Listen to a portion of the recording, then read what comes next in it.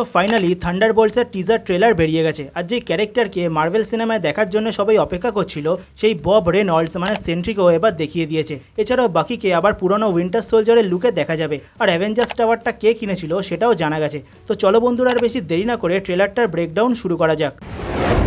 সবার প্রথমেই আমরা দেখি ইয়েলিনাকে ও রেড গার্ডিয়ানের বাড়ি এসছে। রেড গার্ডিয়ান ও এসছে বোঝা মাত্র কোনো রকমে মুখ হাত ধুয়ে সব গুছিয়ে দরজা খোলে। আর ইয়েলিনা ঘরে এসে ওকে জিজ্ঞেস করে ও জীবনে ফুলফিল কিনা।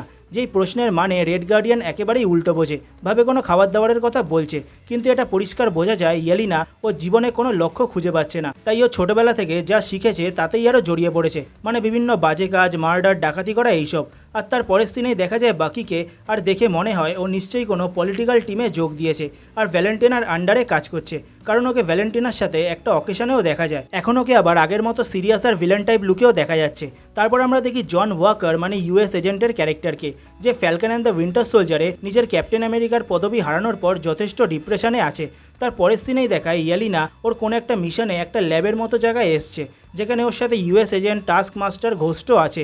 ওরা প্রত্যেকেই নিজেদের আলাদা আলাদা মিশনের জন্য ওখানে এসেছে, কিন্তু খুব সম্ভবত ওদের সবাইকে কেউ একসাথে মেরে ফেলতে চায়, তাই ওদের একসাথে ওখানে পাঠানো। কারণ সেখানে আমরা দেখি ববকে মানে সেন্ট্রির ক্যারেক্টারকে, যাকে অনেকে মার্ভেলের সুপারম্যানও বলে, আর যে এত শক্তিশালী ও সবাইকে ওখানেই নিমিষের মধ্যে মেরে ফেলতে পারে। কারণ এর পরের সিনেই ওদের আশেপাশে সব দরজা বন্ধ হয়ে যায় আর একটা মেশিন চালু হয়, যেটা হয়তো ববকে সেন্ট্রিতে বদলে দেবে। আর যারা জানো না তাদের বলি, সেন্ট্রি হলো মার্ভেলের ভীষণ ফেমাস একটা সুপারহিরো, যার স্প্লিট পার্সোনালিটি রয়েছে মুন নাইটের মতো।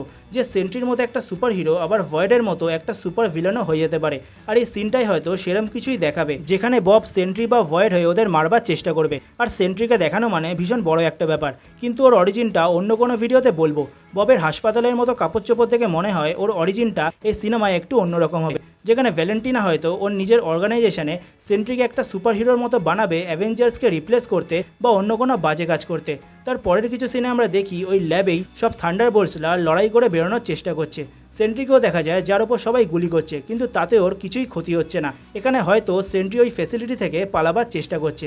তারপর কিছু ভালো ভালো ফাইট সিন দেখানো হয়, যা দেখে বোঝা যায় ওরা সেই ল্যাব থেকে বেরিয়ে পালানোর চেষ্টা করছে, কিন্তু ওদের আটকাবার জন্য এসছে বাকি নিজের উইন্টার সোলজারের লুকে। ওকে হয়তো ভ্যালেন্টিনাই পাঠিয়েছে ওদের ধরে আনার জন্য।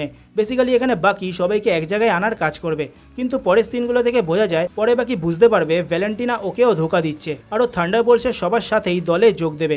কারণ গোটা ট্রেলারে ওকে দেখে মনে হচ্ছে ও নিজের নতুন কাজ নিয়ে খুব একটা খুশি নয়। ওর মনের ভেতর কি চলছে সেটাও পরিষ্কার বোঝা যাচ্ছে না। আর এই সিনেমায় মনে হয় বাকি আর ইয়েলিনারই সব থেকে বড় রোল হবে। তারপরে দেখা যায় থান্ডারবোল্টস নিউ ইয়র্কে লড়াই করতে করতে ভ্যালেন্টিনার কাছে ওরা আসে, আর এটা কনফার্ম হয়ে যায় যে অ্যাভেঞ্জার্স টাওয়ারটা যে কিনেছে সে হলো ভ্যালেন্টিনা। ওরা সেখানে নিশ্চয়ই এটা জানতে আসবে যে ভ্যালেন্টিনা কেন ওদের সেন্ট্রির হাত দিয়ে মারতে চাইছিল, যেখানে আমরা ভ্যালেন্টিনার আসল প্ল্যানের ব্যাপারে জানতে পারবো। এছাড়া সিনেমায় একটা পার্টি সিন দেখানো হয়, যেখানে আমরা লোকির ছড়িটাকেও দেখি, আর আমাদের সেন্ট্রির এস সিম্বলটাকেও দেখানো হয়, যেটা অনেকটা কমিক্সের মতোই দেখতে। আর এই পুরো ট্রেলার দেখে মনে হয় যে এটাই পুরো স্টোরি হবে, যে ওরা সবাই সেন্ট্রির থেকে পালিয়ে ভ্যালেন্টিনার কাছে আসবে ওকে হারাতে আর জানতে ওর আসল কারণ কি আছে এসবের পেছনে।